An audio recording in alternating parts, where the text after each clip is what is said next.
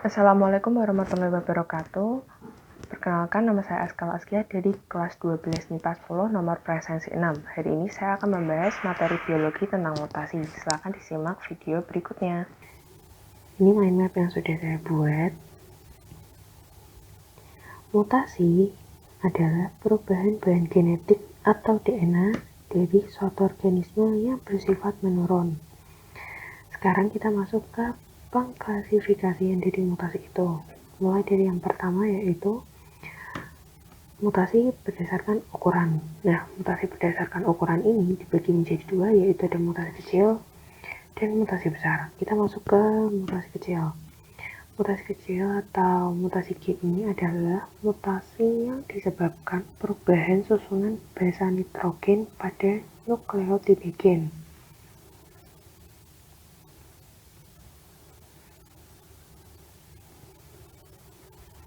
Nah, macam-macam dari perubahan basa nitrogen ini ada 3. Substitusi atau pergantian basa nitrogen, kemudian ada adisi atau insersi, yaitu penambahan basa nitrogen, dan yang terakhir delesi atau pengurangan basa nitrogen. Nah, substitusi ini dibagi menjadi dua nih, ada transisi dan ada transversi. Untuk transisi ini perubahan pergantian basa nitrogen sesama pirin atau sesama pirimidin. Nah, kalau sesama pirin ini berarti kalau sesama pirin adenin dengan guanin. Kalau sesama pirimidin itu berarti timin dengan sitosin. Ini bisa berkebalikan, bisa sitosin menjadi timin atau timin menjadi sitosin, seperti itu.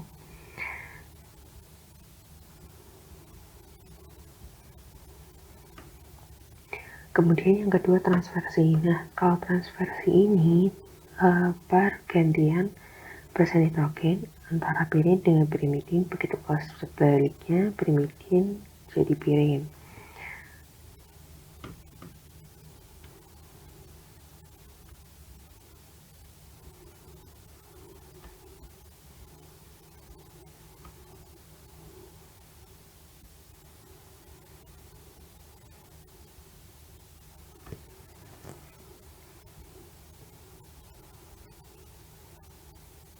Seperti ini.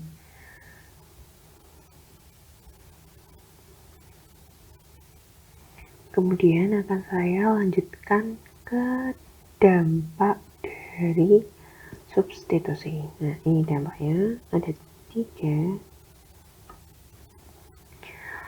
Yang pertama ada mutasi diam atau same sense, atau bisa juga disebut dengan silent mutation. Nah, apa nih maksudnya? Maksudnya adalah ini tuh mutasi di mana tidak ada perubahan asam amino. Contohnya seperti ini. Misalnya ada kodon AAG, dia terjadi transisi menjadi AAA. Kalau dilihat pada tabel kodon dan asam amino, ini keduanya sama-sama lisin. Berarti tidak ada perubahan asam amino, seperti itu. Kemudian yang kedua ada mutasi tidak bermakna atau nonsense mutation. Nah, maksudnya adalah di sini itu akan muncul stop codon.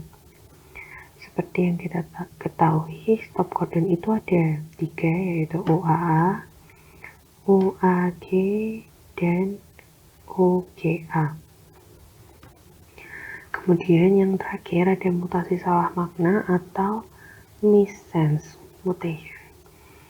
Di sini itu maksudnya adalah ada perubahan asam amino. Contohnya seperti ini. Misalnya, pertama ini ada kodon CAO, kemudian terjadi transversi menjadi CAG. Terjadi transversinya pada O ini menjadi G. Kalau dilihat pada tabel kodon dan asam amino, CAO ini histidine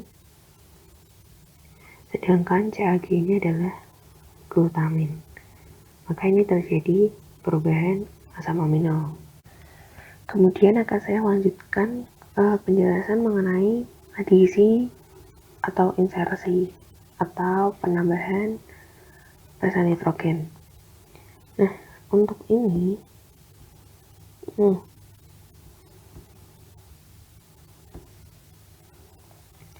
misalnya nih ada suatu kodon gitu ya, normalnya seperti ini,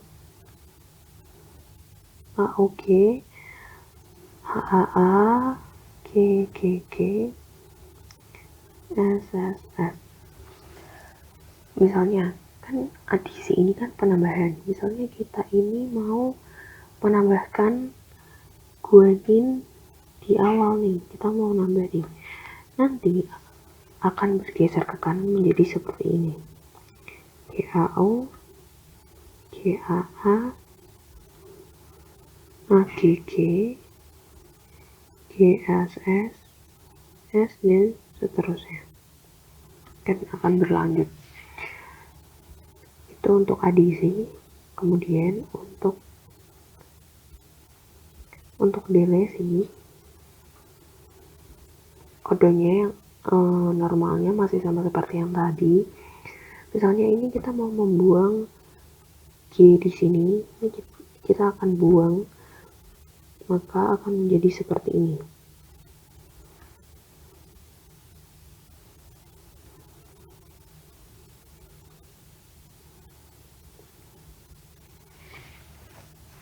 Seperti itu untuk delesi. Kemudian akan saya lanjutkan ke mutasi besar atau mutasi kromosom. Nah, macam-macamnya ini ada 3. Yang pertama ada perubahan struktur, yang kedua ada perubahan penggandaan atau aneuploidi, yang terakhir ada perubahan set atau euploidi. Nah, ini akan saya jelaskan yang perubahan struktur terlebih dahulu. Delesi dan duplikasi ini terjadi pada kromosom homolog. Nah, delesi ini maksudnya adalah pengurangan gen, sedangkan duplikasi ini maksudnya adalah penggandaan gen. Delesi dan duplikasi ini saya akan beri contohnya seperti ini. Misalnya ada kromosom homolog,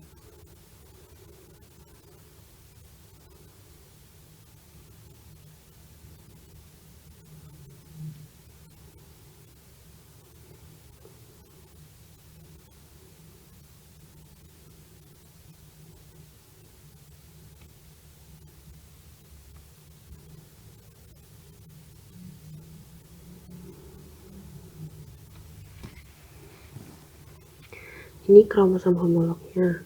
Nah, misalnya nih akan terjadi delesi. Delesi itu kan pengurangan. Misal kita akan mengurangi yang ini nih,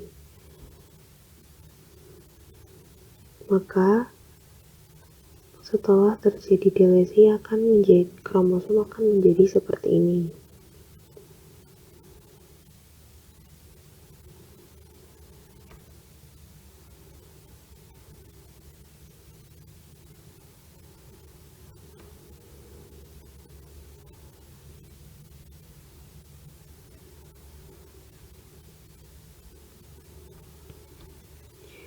Nah, yang ini namanya adalah delesi telomer karena terjadinya di yang paling ujung. Ini D-nya itu kan paling ujung ya, D ini paling ujung, namanya delesi telomer, sedangkan yang berpindah ke sini ini namanya duplikasi.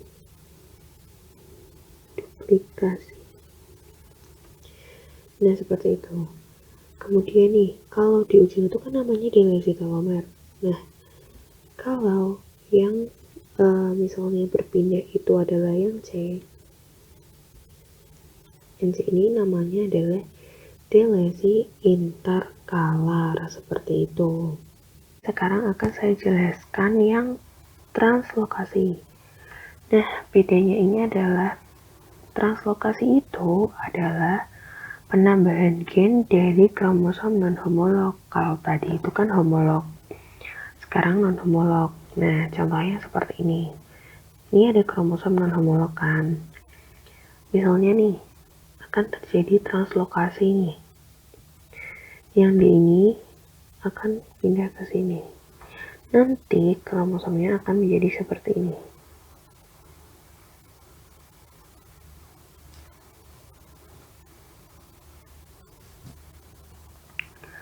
Nah, kalau yang berpindah hanya satu, ini namanya adalah translokasi non resiprok. Tapi misalnya seperti ini. Ini kan tadi yang berpindah hanya satu saja. Misalnya nih, kita juga akan memindah yang R ini ke sini. Nanti akan jadi seperti ini.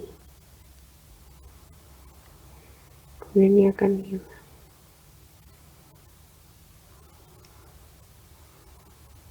Seperti ini. Ini namanya adalah translokasi resiprok, yaitu inversi. Inversi ini, inverse itu kan terbalik. Nah, ini tapi terjadinya hanya dalam satu kromosom. Kalau yang tadi itu kan terjadinya dalam 2 kromosom. Nah, ini hanya satu kromosom saja. Contohnya seperti ini.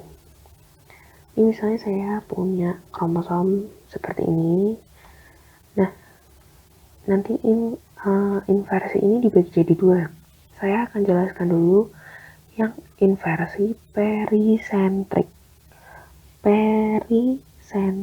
Nah, kalau perisentrik ini maksudnya itu pertukaran gen berbeda lengan. Contohnya, ini lengan pertama, kemudian lengan kedua. Misal saya mau ada pertukaran C dengan D. Nah, akan jadi seperti ini.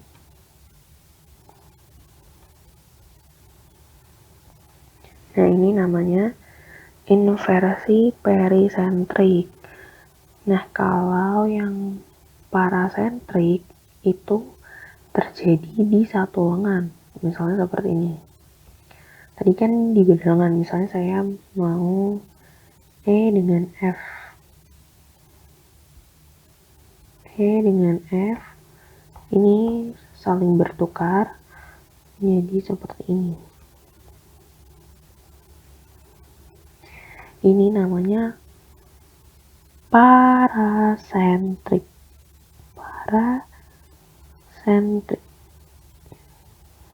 Yang terakhir dari perubahan struktur yaitu katenasi. Nah, katenasi ini terjadi karena ujung kromosom homolog saling berdekatan sehingga membentuk lingkaran. Biasanya sih katenasi itu didahului dengan translokasi. Selanjutnya saya akan membahas tentang perubahan penggadaan atau aneuploidi. Kita mulai pertama dari monosomi. Monosomi itu 44A plus X. Ini contohnya ada sindrom Turner. Kemudian nulisomi itu 4A plus 00. Ini letal karena tidak memiliki kelamin. Kemudian trisomi. Nah, trisomi ini dibagi menjadi 2, ada yang terjadi pada gonosom dan terjadi pada autosom. Akan saya bahas selengkapnya di mutasi pada manusia. Di sini saya akan membahas terlebih dahulu yang pada gonosom. Di sini tidak hanya semuanya ini kasus trisomi kecuali yang sindrom Turner ini adalah kasus monosomi. Sindrom Turner ini ciri-cirinya itu tinggi badannya pendek, kedua puting susu, jaraknya melebar, bentuk kakinya X, dan lain-lain. Kemudian ada sindrom Klinefelter. Nah, Klinefelter ini terjadi karena gagal berpisah kromosom.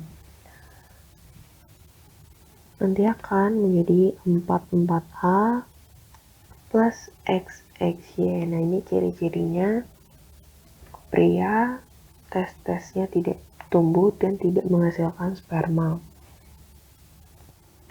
Kemudian ada sindrom Jacob. Nah, sindrom Jacob ini nanti akan jadi 44AXYY. Nah, ini ciri-cirinya itu pria berperawakan tinggi, bersifat antisosial, agresif, dan kriminal. Kemudian ada sindrom meta female atau wanita super. Nah, ini akan menjadi 44A XX triple X 44A plus triple X. Nah, ini ciri-cirinya payudara tidak berkembang, menstruasinya tidak teratur, mengalami gangguan mental, dan lain-lainnya. Kemudian akan saya lanjutkan ke yang kasus autosom. Nah, ada pertama ini ada sindrom Down. Sindrom Down ini terjadi pada kromosom kromosom nomor 21. Jadi ini nanti autosom normal pada normalnya itu kan autosom 44A. Nah, tapi karena di kromosom nomor 21 ini ketambahan satu kromosom jadi 45A. Untuk kelaminnya bergantung, kalau XX perempuan, kalau XY laki-laki. Kemudian ada sindrom Patau. Nah, sindrom Patau ini kalau Down tadi terjadi di nomor 21, kalau Patau ini terjadi di nomor 13, 14, dan 15. Kemudian yang terakhir ada sindrom Edwards. Ini terjadi di autosom kromosom nomor 16, 17, dan 18.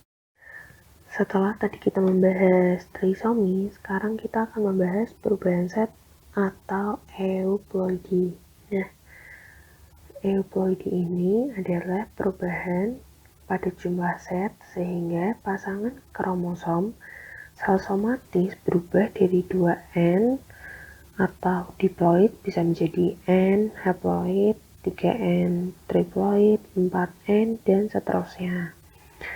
Nah, ini dibagi menjadi dua nih, ada autopolyploid dan allopolyploidy. Nah, kalau autopolyploid itu adalah genom mengganda sendiri terjadi karena gangguan meiosis.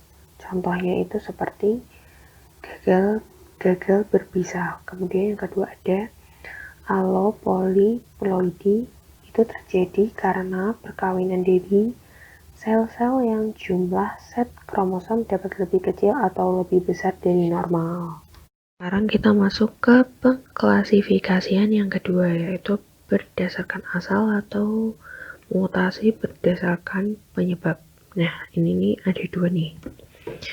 Mutasi alami atau biasa disebut mutasi spontan, ini penyebabnya ada radiasi radioaktif alam, radiasi sinar UV, radiasi sinar kosmis, dan lain-lain. Nah, mutasi ini tuh terjadinya benar-benar di alam.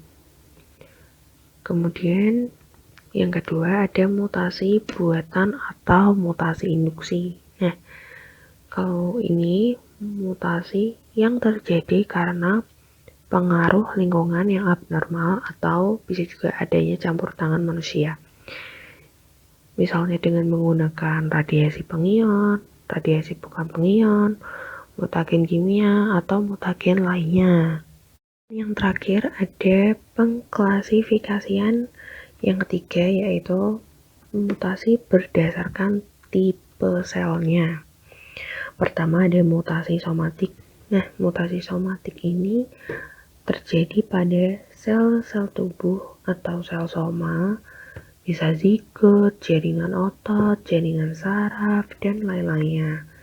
Contohnya ini ada karsinoma atau kanker kulit yang ada di sekitar mata.